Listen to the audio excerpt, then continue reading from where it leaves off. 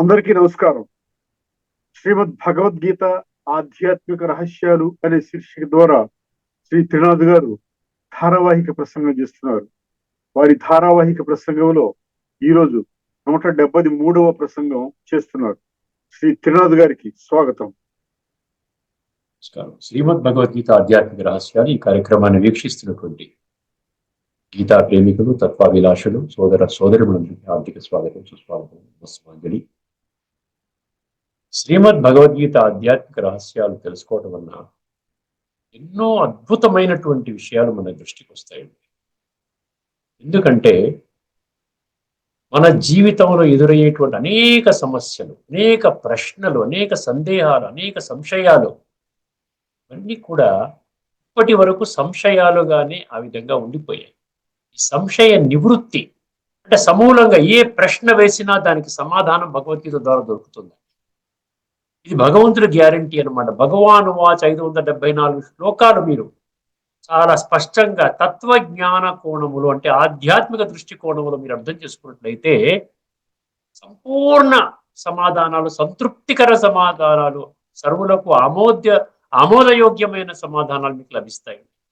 ఏ ప్రశ్నలు మిగలకూడదండి. ఏ ప్రశ్నలు ఈ శరీరాన్ని చాలించే ముందు మనకి ఆధ్యాత్మిక జగత్తులో కానీ, ధార్మిక జగత్తులో కానీ, ఏ జగత్తులోనైనా కానివ్వండి, సంశయాలు ఉండకూడదు.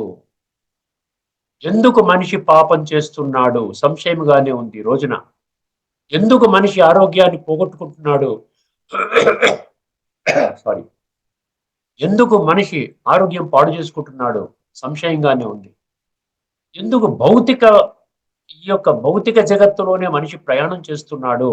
ఆధ్యాత్మిక జగత్తు అంటే ఆత్మ యొక్క ఆ యొక్క పదాన్ని ఉచ్చరించడానికి ఎవరైనా మనిషి చనిపోయినప్పుడే ఆత్మకి శాంతి కలుగుగా కంటున్నాడు. చనిపోయినప్పుడు ఆత్మని గుర్తు చేసుకోవాలి. మిగతా సమయంలో శరీరాన్ని 24 గంటలు మనం శరీరంతోనే ఉండాలి. మీరు ఏమి చేసుకున్నా పర్వాలేదు.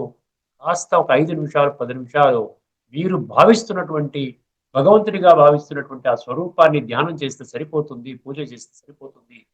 ఎక్కడా కూడా చెప్పబడలేదు. మనం అజ్ఞానంలో ఉన్నామని భగవంతుడు చెప్తున్నాడు. జ్ఞానము అజ్ఞానం అంటే ఏమిటో కూడా జ్ఞానము అజ్ఞానం అంటే ఏమిటో కూడా భగవద్గీత స్పష్టంగా తెలియజేస్తుంది. ఇది ముందు మాటగా అర్థం చేసుకుని భగవద్గీతని, అందులో దాగి ఉన్న లోతైన తత్వాన్ని అర్థం చేసుకోవడానికి కేవలం మీరు చేయవలసిన పని అల్లా బుద్ధినేత్రాన్ని తెలుసుకోవాలి.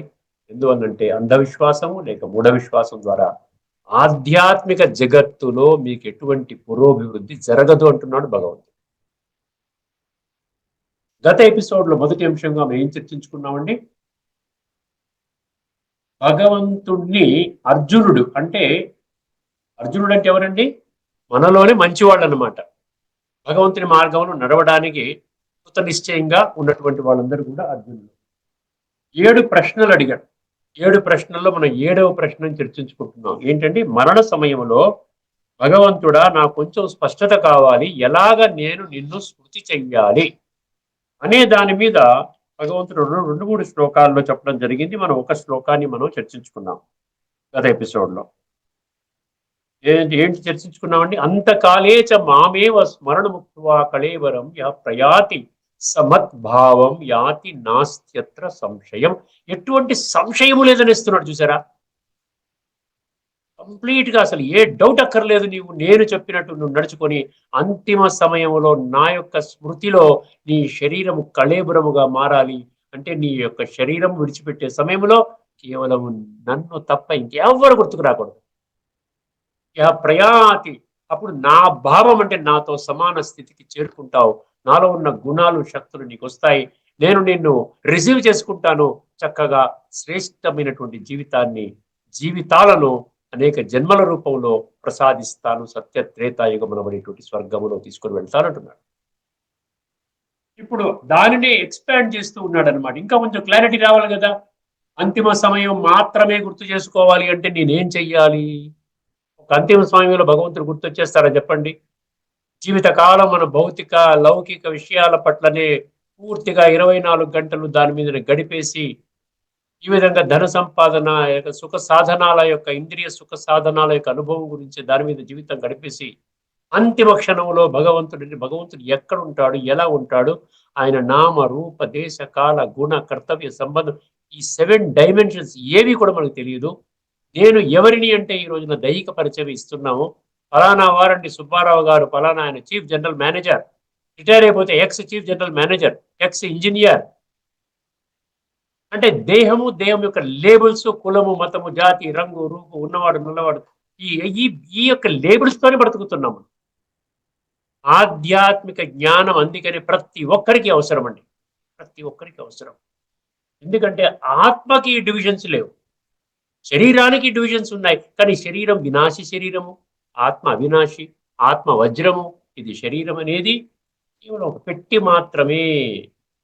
మన జీవిత కాలము పెట్టి మీదనే మనం ప్రాముఖ్యత ఇస్తున్నాం. దాని గురించే మనం ఆ జీవితాన్ని పణంగా పెట్టుకొని ఆత్మని మనం ఏం చేస్తున్నామండి, పాడు చేసుకున్నాం, కుళ్ళ పెట్టుకుంటున్నాం. దాన్ని తమో ప్రధాన సంస్కారాలుగా అయిపోయాయి. మనం యాజ్ ఇట్ ఈజ్గా మనం ఏమి చేయకుండా ఉన్నట్టయితే మాత్రము ఖచ్చితంగా మనం సత్యత్రేతాయుగాలు అనబడేటువంటి స్వర్గములో మనం ఎంటర్ అవ్వడానికి ఎటువంటి పర్మిషన్ కూడా భగవంతుడు ఇవ్వటం లేదండి. ఇది తిరుగులేని, తిరస్కరించలేని సత్యం. అందుకనే ఆ ప్రాసెస్ ని కొంచెం ఎక్స్పాండ్ చేస్తూ ఉన్నాడు. ఇప్పుడు మనం ఏ అధ్యాయం తీసుకుందామంటే 8వ అధ్యాయంలోని 5వ శ్లోకం గత ఎపిసోడ్లో చర్చించుకున్నాము. ఇప్పుడు 8వ అధ్యాయంలోని 6వ శ్లోకాన్ని మనం తీసుకుందామండి. అది కూడా ఇదే విషయం. సుమారు 11-12 శ్లోకాలు ఉన్నాయండి. అంతిమ సమయం నీ యొక్క స్థితి ఎలా ఉండాలి అని దాని మీద. అంటే నేను ఏ విధంగా మరణించాలి అనే దాని గురించి కూడా అక్కడ మరణము అనకూడదు, ఏమంటున్నాడు, దేహత్యాగము అనాలి. శరీరాన్ని విడిచిపెడుతుంది. ఎందుకంటే ఆత్మకి మరణం లేదు కదా, ఆత్మకి చావు లేదు కదా, ఆత్మ ఎప్పటికీ ఉంటుంది. నా జాయతే మ్రియతే వా కదాచిత్, ఆ కదాచిత్ ఎప్పటికీ కూడా నాయం భూత్వా భవితావాన భూయ, ఇప్పుడున్నది రేపు లేదు, మళ్ళీ ఎల్లుండి వస్తుంది లేదు.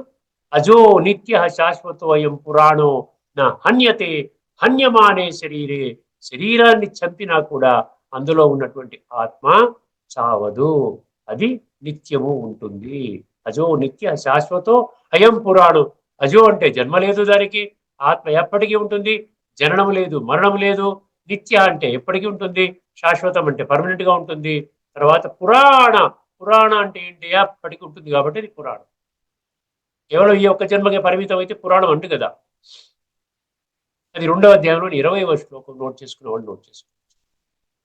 ఇప్పుడు 8వ అధ్యాయంలోని 6వ శ్లోకాన్ని పరిశీలిద్దామండి ఒక్కసారి. ఎందుకంటే ఇది చాలా ముఖ్యమైన ఘట్టము. ప్రతి ఒక్కరికి కూడా మరణం సంభవిస్తుంది.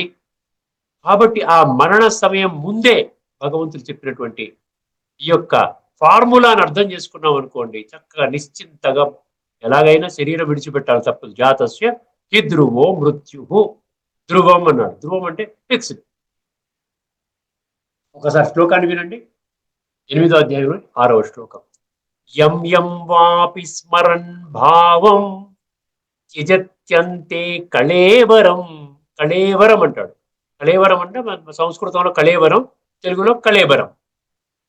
యం యం వాపి స్మరన్ భావం త్యజత్యంతే కళేవరం తం తమేవైతి కౌంతేయ సదా తద్భావ భావితః. ఇక్కడ ఏమంటున్నాడు, ఒక్కసారి పదవిచ్ఛేదన చేద్దామండి. యం యం వాపి స్మరన్ భావం. యం యం అంటే ఏ ఏ భావాలతో నీ జీవితాన్ని గడుపుతున్నావో. అర్థమైందండి? ఏ భావాలతో నీ పరమాత్మ స్మృతిలో ఉన్నావా, లేక లౌకిక ఇంద్రియ వినాశి సుఖాలని అనుభవం చేయడంలోనే అజ్ఞాన కారణముగా ఆ విధంగా జీవితాన్ని గడుపుతున్నావా తెలుసుకోనైనా.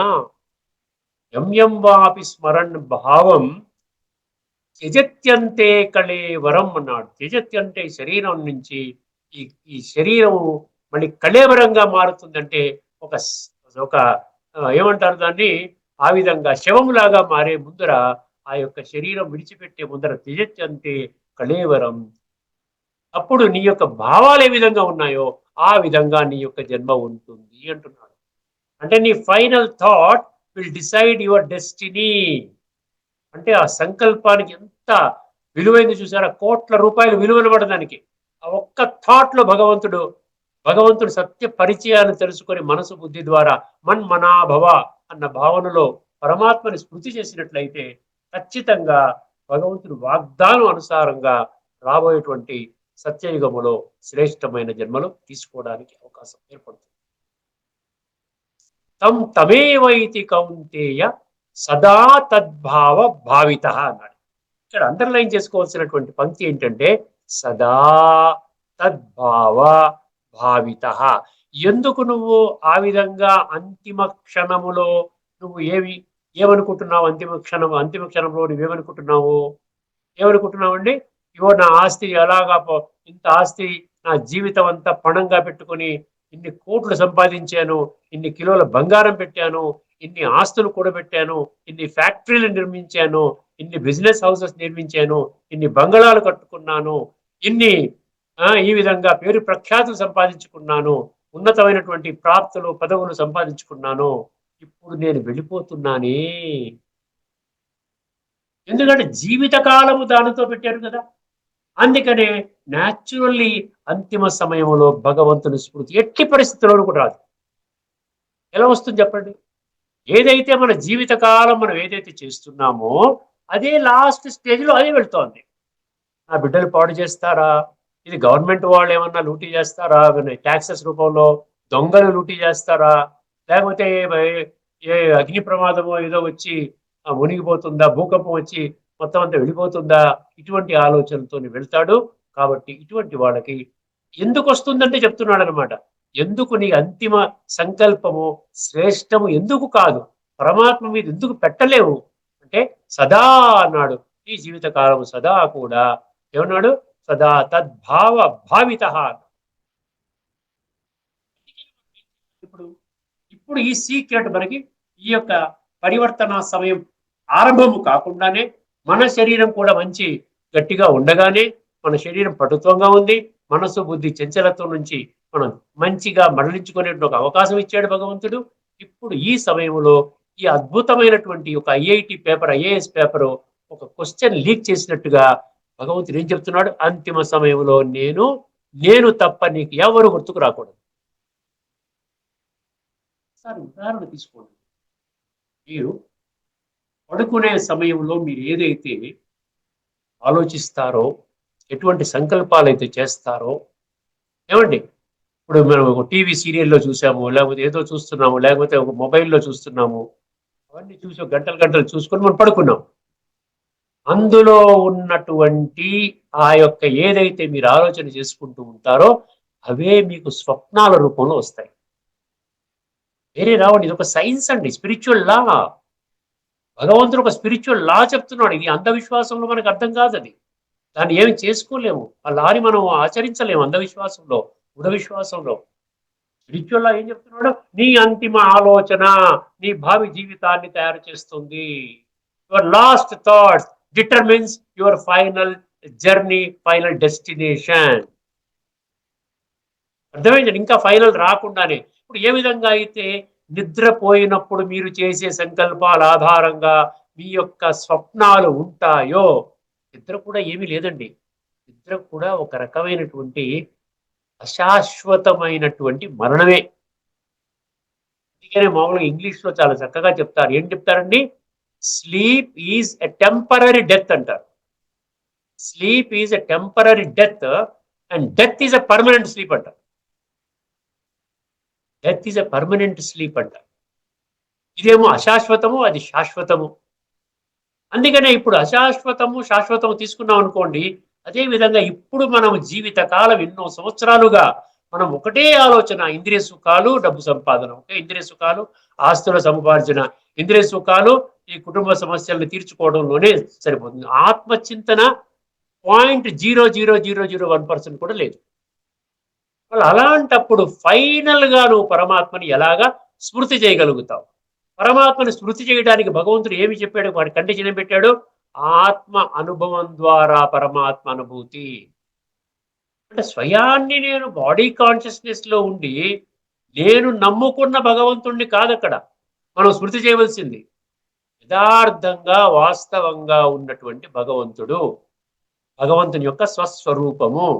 ఆయన యొక్క ధామము, ఆయన గుణాలు, ఆయన చేసే కర్తవ్యాలు, ఆయనకి మనకున్న సంబంధము, ఆయన యొక్క రూపము, ఇవన్నీ తెలుసుకుని నేను ఆత్మగా అనుభవం చేసుకుంటూ ఆ పరమాత్మని మనము స్మృతి చెయ్యాలి.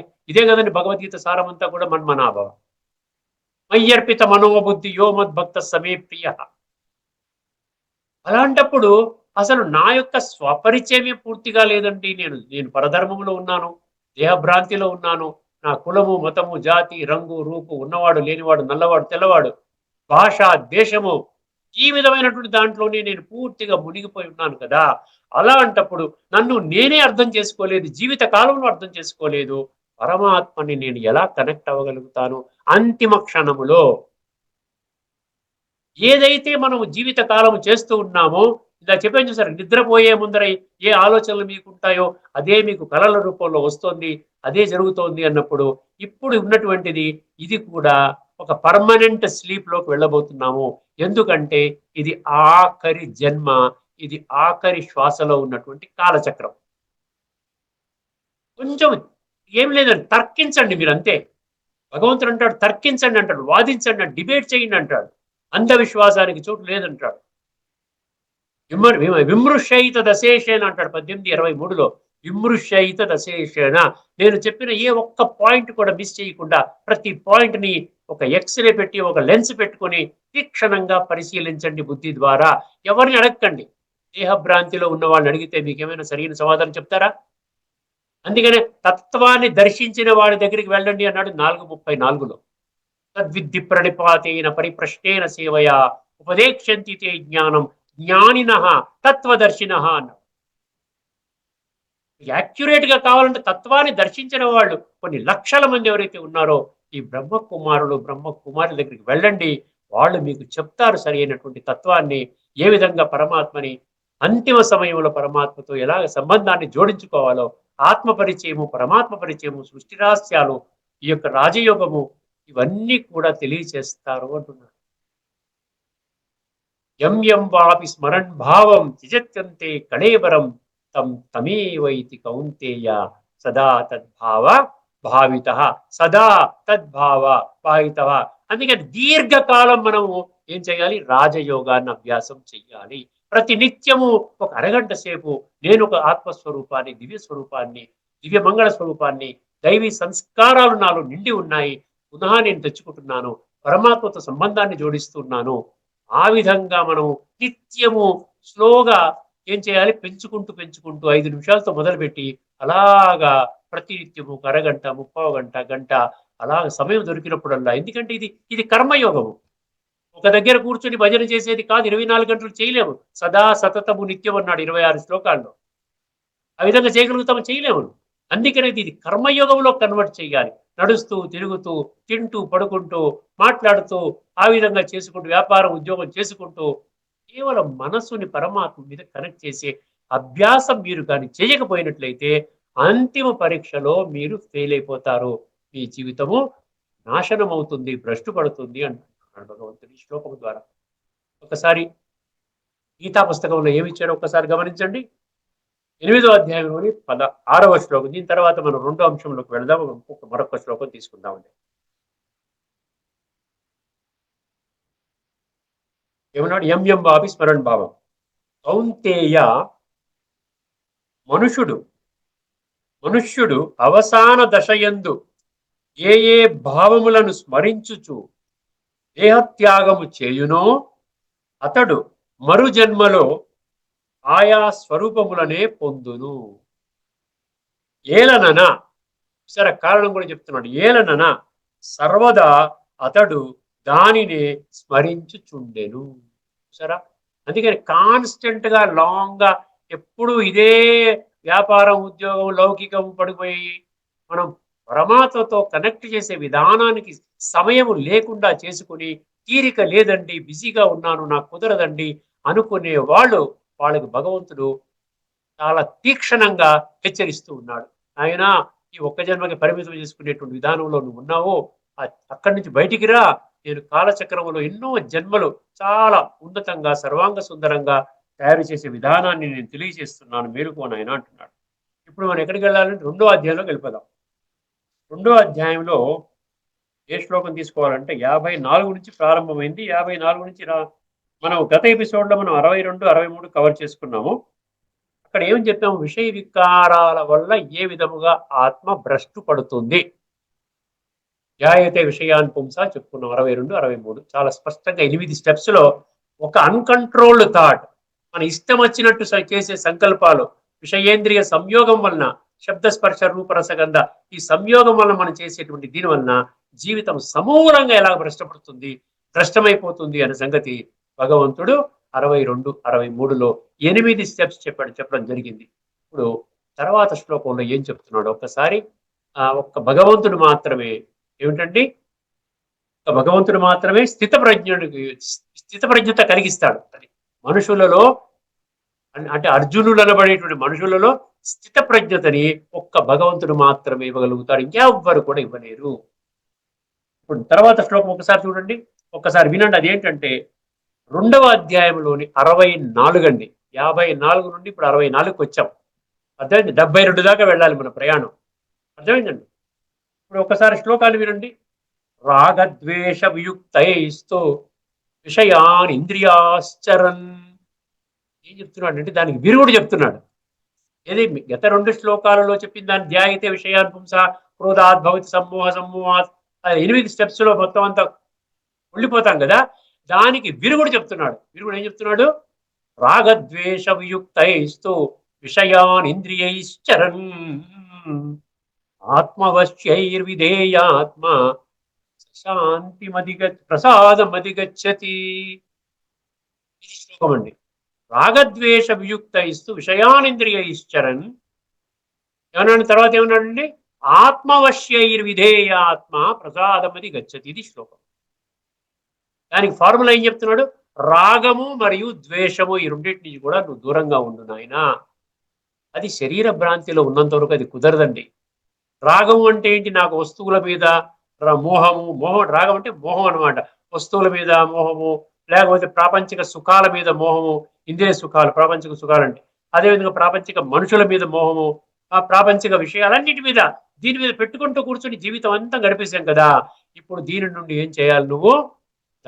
దాని మీద రాగము ఉండకూడదు. నీకేదైనా అన్ప్లెజెంట్ గా ఉన్న దాని మీద ద్వేషం ఉంటుంది చూసారా, వీడు పోతే బాగుండండి అంటాం చూసారా, ద్వేషం. ఫలానా మనిషి మీద, ఫలానా వస్తువు మీద, ఫలానా వ్యవహారం మీద మనకి ద్వేషం కూడా ఉంటుంది. సో రాగ ద్వేషం 2 కట్ చేసాయి. ఎప్పుడు కట్ చేయగలుగుతామండి? ఆత్మ చింతనలో ఉన్నప్పుడే. ఒక హయ్యర్ లెవెల్ థింకింగ్ లోకి వెళ్ళినప్పుడు పరమాత్మ నుండి గుణాలు శక్తులు తీసుకుని ఆ యొక్క స్థితిలోనే ఈ భౌతిక లోయర్ లెవెల్లో ఉన్నటువంటి చిన్న చిన్న విషయాల మీద మనం రాగము ద్వేషము ఆ విధంగా చేయడం అనేది తొలగుతుంది. హయ్యర్ ప్లేన్ లోకి వెళ్ళకపోతే తొలగదు. అర్థమైందండి? రాగద్వేష వియుక్తైస్తు విషయానింద్రియైశ్చరన్ అన్నాడు. విషయాలంటే గుర్తుపెట్టుకోండి, ఎక్కడైనా విషయ అనే పదం వస్తే ఏం చెప్పాలి? శబ్ద స్పర్శ రూపరసగంధ అనే సెన్స్ ఆబ్జెక్ట్స్ అంటారు దీన్ని. విషయాను అంటే ఇది శబ్ద స్పర్శ రూపరసగంధ. ఈ 5 ఇంద్రియాలు త్వక్ చక్షు శ్రోత్ర జిహ్వ గ్రాణ శబ్ద స్పర్శ రూపరసగంధ ఇవి 2 మ్యాచ్ అయిందనుకోండి, అది మంచిగా ఉంటే సాత్వికము, లేకపోతే అది ఆ విధంగా తమ ప్రధాన స్థితికి నెట్టివేస్తుంది. ఇప్పుడు ఈ రాగము ద్వేషము ఎప్పుడైతే విడిచిపెడతావో అప్పుడు భగవంతుడు ఒక హామీ ఇస్తున్నాడు. రాగము ద్వేషం విడిచిపెట్టినట్లయితే నువ్వు విషయాలలో చెరించినా కూడా, విషయ ఇంద్రియాలలో చెరించినా కూడా నీకేం కాదంట. దాని ప్రభావం నీ ఆత్మ మీద పడదంట. రాగద్వేష వియుక్తైస్తు విషయాన్ ఇంద్రియైశ్చరన్. అక్కడ పాయింట్ గమనించండి, ఇక్కడ ఉన్నటువంటి సూక్ష్మమైనటువంటి భావాన్ని గమనించండి. రాగద్వేషాన్ని 2 గాని విడిచిపెట్టడంలో నువ్వు సఫలత పొందినట్లయితే నీకేమవుతుందండి? విషయాన్ ఇంద్రియైశ్చరన్. విషయేంద్రియాలలో తిరుగుతున్నప్పటికీ కూడా నీ ఆత్మ మీద దాని ప్రభావము పడదు అంటున్నాడు. ఎందువలన పడదు? మళ్ళీ 3వ పంక్తి 4వ పంక్తిలో చెప్తున్నాడు. ఆత్మవశ్యైర్విధేయాత్మ అన్నాడు. ఆత్మవశ్యై విధేయాత్మ అంటే ఏంటి? ఆత్మ యొక్క వశములో వెళ్ళిపోయాడంట. అంటే సెల్ఫ్ రియలైజ్డ్ సోల్ అన్నమాట, సెల్ఫ్ కంట్రోల్ అన్నమాట. ఆత్మ యొక్క సంపూర్ణ ఉనికిని పసిగట్టాడు. ఆత్మ వేరు, శరీరం వేరు. ఆత్మ శరీరానికి యజమాని.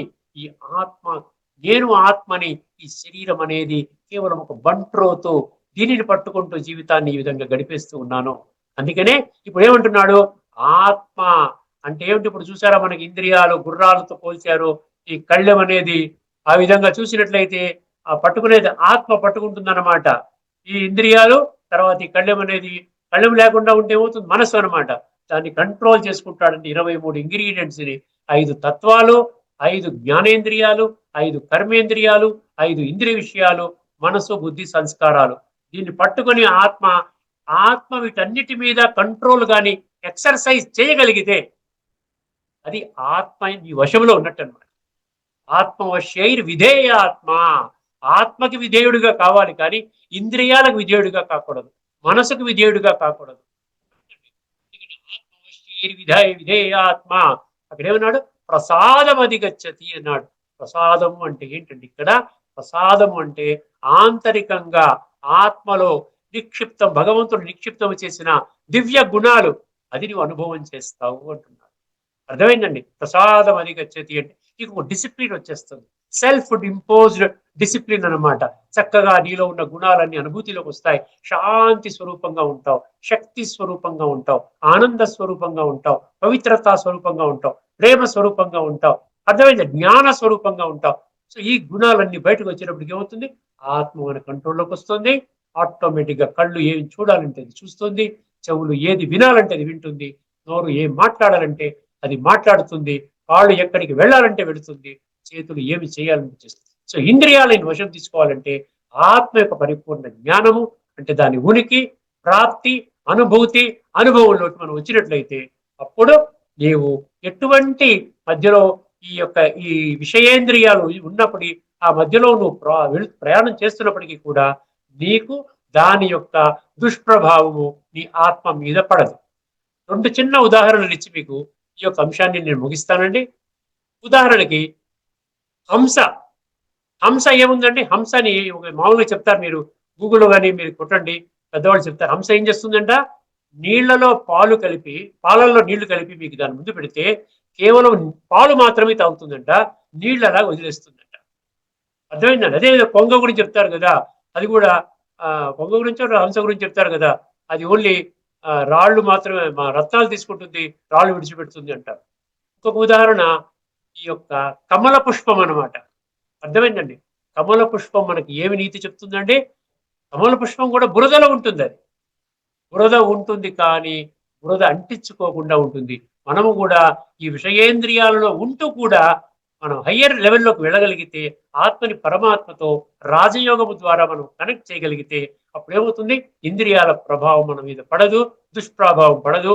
అప్పుడు ఏం చేస్తామంటే ఇప్పటి వరకు పడినటువంటి ఈ రుగ్మతలు ఏవైతే ఉన్నాయో, ఇప్పటి వరకు కుళ్ళిపోయిన ఆత్మని మనం బాగు చేసుకునే ప్రక్రియని మనం మొదలు పెట్టుకుంటాము. హాయిగా నిశ్చింతగా ఈ శరీరాన్ని చాలించే లోపల మనం సాత్విక సంస్కారాలతో శరీరాన్ని విడిచిపెట్టడానికి అవకాశం ఉంటుంది. ఇదండి ఈ శ్లోకంలో ఇచ్చిన తత్వము. ఇందులో భగవద్గీతలో ఏం చెప్పాడో ఒక్కసారి గమనించేసి ఈ యొక్క ఎపిసోడ్ మనం ముగించుకుందామండి. 8వ అధ్యాయంలోని 8వ అధ్యాయం కదా మనం అంతకాలేచ, అది కాదు 2వ అధ్యాయం కదా మనం చెప్పుకోవాల్సింది. సారీ, ఇది అంటే 2 అంశాలు తీసుకున్నాం కదా మనం, అందుకని సాంఖ్యయోగంలో 54 నుండి ప్రారంభమైంది. ఇక్కడ రాగద్వేష వియుక్త ఇస్తుంది. ఒకసారి గమనించండి ఏమిచ్చాడు. అంతఃకరణమును వశమునందుంచుకొనిన సాధకుడు, అంతఃకరణమును వశమునందుంచుకొనిన సాధకుడు రాగద్వేష రహితుడై ఇంద్రియముల ద్వారా విషయములను గ్రహించుచున్నను, ఇంద్రియముల ద్వారా విషయములను గ్రహించుచున్నను మనశ్శాంతిని పొందును. మనశ్శాంతిని పొందును అంటే ఆత్మ అనుభవం ద్వారానే అది మనశ్శాంతి. ఆ విధంగా పరమాత్మ నుండి, పరమాత్మ శాంతి సాగరుడు అంటాం కదా, దివ్య గుణాల సాగరుడు, సర్వశక్తివంతుడు, అవన్నీ మనలో వస్తాయన్నమాట. ఇక్కడితో ఈ చర్చను మనం ముగించుకుందాం. తదుపరి ఎపిసోడ్లో మరికొన్ని అంశాలతో ముందుకు వస్తాను. అంతవరకు నమస్కారం, అందరికీ సెలవు. లోకా సమస్త సుఖినో భవంతు. ఓం శాంతి.